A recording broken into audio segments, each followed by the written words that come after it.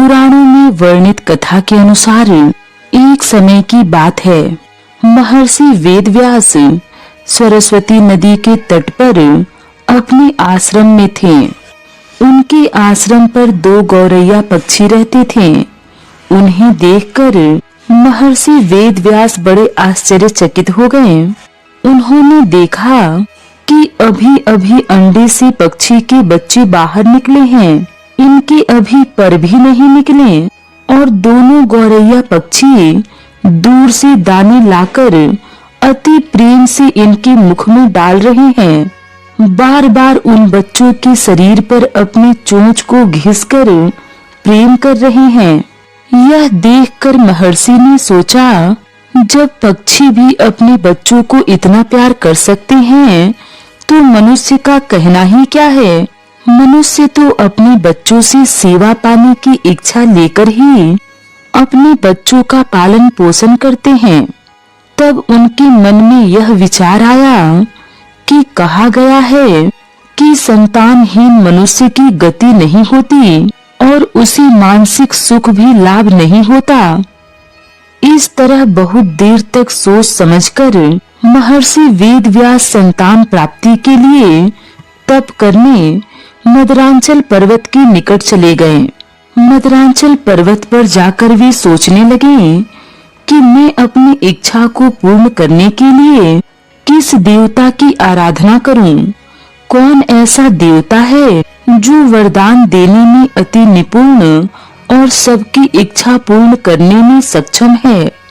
उसी वक्त देवर्षि नारद वहां आए और उन्होंने महर्षि वेदव्यास जी को चिंतित देखकर उनकी चिंता का कारण पूछा।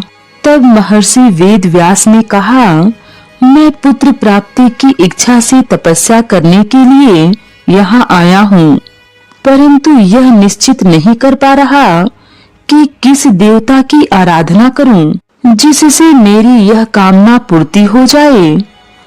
तब देवर्षि नारद ने उन्हें उनके पिता ब्रह्मा और विष्णु जी के बीच हुए संवाद को सुनाया। देवर्षि नारद ने कहा, महर्षि, जैसा प्रश्न तुम मुझसे कर रहे हो ठीक वैसा ही प्रश्न पूर्व काल में मेरे पिता ब्रह्मा जी ने भगवान विष्णु से किया था।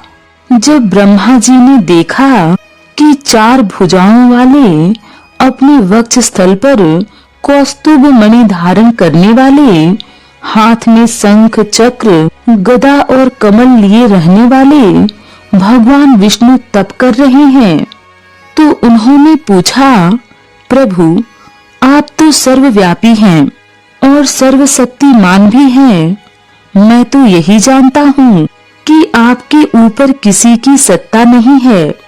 आप अपनी इच्छा से ही इस सृष्टि की रचना मुझसे कराते हैं और भगवान रुद्र से उसका संहार भी कराते हैं। जब आप ही सर्वत्यामी, सर्वशक्तिमान और सर्वव्यापी हैं, तब आप किस देवता की तपस्या कर रहे हैं? मेरे विचार से तो आपके ऊपर और देवता ही नहीं है।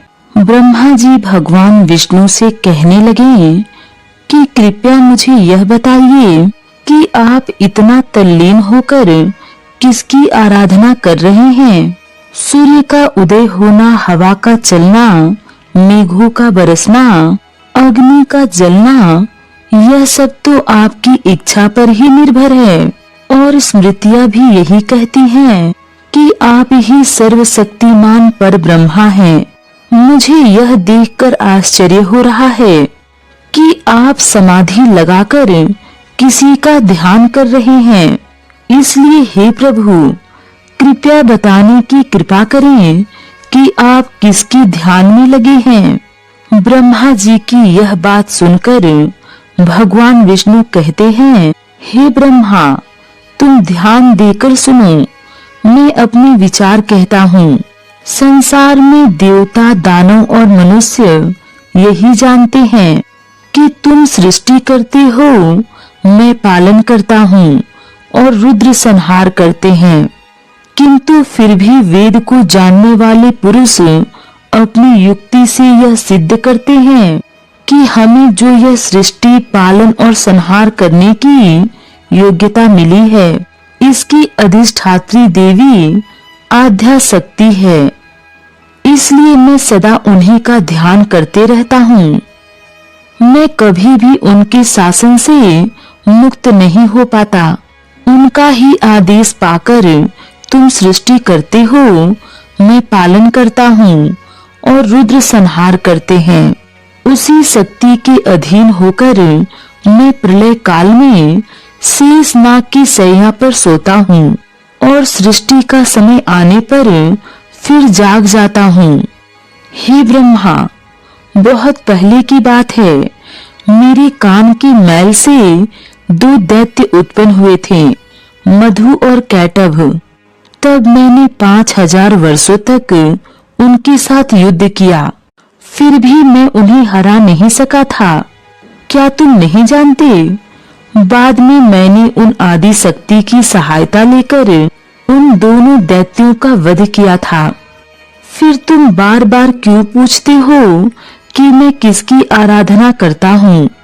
उस समय भी तुम वहीं थे जब धनुष की डोरी टूट जाने से मेरा सर कट गया था और आदि शक्ति के आदेश पर तुमने ही मेरे सर पर घोड़े का सर लगाया था। हे ब्रह्मा, इन देवी के अतिरिक्त आदि शक्तिमान और कोई देवता को मैं नहीं जानता, इसलिए मैं सदा इनकी ही आराधना करता हूँ। नारद जी ने महर्षि वेदव्यास को अपने पिता ब्रह्मा और विष्णु जी में हुए इस संवाद को बताते हुए कहा, महर्षि, भगवान विष्णु के कथन से यह सिद्ध है कि यह देवी आदि शक्ति ही संसार में सब कुछ देने की योग्य और प्राणियों के सभी मनोरथ को पूर्ण करने में सक्षम है। इसलिए अपनी पुत्र प्राप्ति की इच्छा को पूर्ण करने के लिए तुम इन्हीं देवी की आराधना करो। मंदराचल पर्वत शिखर पर महर्षि वेदव्यास ने तपस्या आरंभ कर दी। महर्षि वेदव्यास की कई वर्षों की तपस्या से उनका तेज बहुत बढ़ गया। इसे देखकर इंद्र घबरा गए और कैलाश स्थित भगवान शंकर के सामने गए। भगवान इंद्र को आया हुआ देख भगवान शंकर ने पूछा, क्या हुआ देवराज इंद्र? आप घबराए हुए से लग रहे हैं, क्या कोई समस्या आ गई है? तब देवराज इंद्र ने कहा, प्रभु, वेदव्यास अति घोर तपस्या कर रहे हैं। पता नहीं वह क्या इच्छा लेकर इतना घोर तप कर रहे हैं। मैं इसी विषय में चिंतित हूँ। तब महादेव ने देवराज इंद्र को सांत्वना दी कि देवराज, तुम्हें चिंतित होने की आवश्यकता नहीं है, क्योंकि वेदव्यास पुत्र प्राप्ति के लिए तप कर रहे हैं। और शीघ्र ही मैं इन्हें एक अति सुंदर और योगियों में श्रेष्ठ पुत्र प्रदान करूंगा। तभी इसके बाद भगवान शंकर तप कर रहे महर्षि वेदव्यास के सामने प्रकट हो गए और उनसे यह वरदान मांगने को कहा। तब महर्षि वेदव्यास ने भगवान शंकर की स्तुति की और उन्हें पुत्र प्रदान करने का वरदान मांगा। भगवान शंकर ने उन्हें ऐसा ही वर दिया और कहा, वेदव्यास, तुम अति सुंदर यश का विस्तार करने वाला और समस्त सद्गुणों से युक्त सत्य परायण पुत्र प्राप्त करोगे। इसके बाद वेदव्यास अति प्रसन्न होकर अपने आश्रम लौट गए। तपस्या करने से मुनि बहुत थक गए थे। अपने आश्रम आकर वह सोचने लगे, पुत्र उत्पन्न करने के लिए तो स्त्री की आवश्यकता है, जो मेरे पास नहीं है। अब मैं किसी स्त्री को कैसे स्वीकार करूं, क्योंकि गृहस्थ आश्रम बहुत ही कष्टदायक होता है और स्त्री तो बंधन देने वाली होती है। स्त्री चाहे कितनी भी सुंदर और पतिव्रता क्यों न हो, वह अपनी स्वेच्छा से भोग भोगना पसंद करती है। ऐसी स्त्री को मैं कैसे स्वीकार करूं? वेदव्यास यूं विचार कर रहे थे। इतने में धृताची नाम की देवलोक की एक अप्सरा अत्यंत सुंदर रूप बनाकर वहां आ गई। वह दूर आकाश में खड़ी थी। उसे देखकर महर्षि वेदव्यास बड़ी चिंता में पड़ गए। वे सोचने लगे, यह अप्सरा तो मेरी योग्य नहीं, अब मैं क्या करूं? महर्षि को यूं चिंता करते देख अप्सरा को बड़ा आतंक हो गया। उसने सोचा, महर्षि मुझे श्राप न दे दें, इसलिए उसने एक शक्ति का रूप बना लिया और महर्षि की अग्नि से निकली। अप्सरा को सुग्गी के रूप में देख वेदव्यास को बड़ा आश्चर्य हुआ। अप्सरा को देखते ही महर्षि के शरीर में काम का संचार हो गया। उस समय अग्नि प्रकट करने के लिए महर्षि काष्ठ का मंथन कर रहे थे। अकस्मात उनका वीर्य लकड़ी पर गिर गया, परंतु वे काष्ठ मंथन करते ही रहे। मुनि के उस अमोघ वीर्य से शुकदेव जी का प्रादुर्भाव हुआ। यह देखकर व्यास जी को अति प्रसन्नता हुई और मन ही मन सोचने लगे कि ये कैसी घटना हो गई।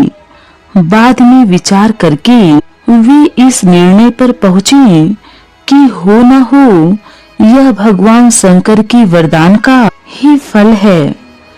घृताची सुग्गी का रूप बनाकर शुकदेव जी के सामने आई थी, इसलिए उनका नाम शुकदेव रखा गया था। शुकदेव जी बड़े ज्ञानी और परम योगी हैं। माता के गर्भ से जन्म नहीं लेने के कारण इनको आयोनिज भी कहा जाता है।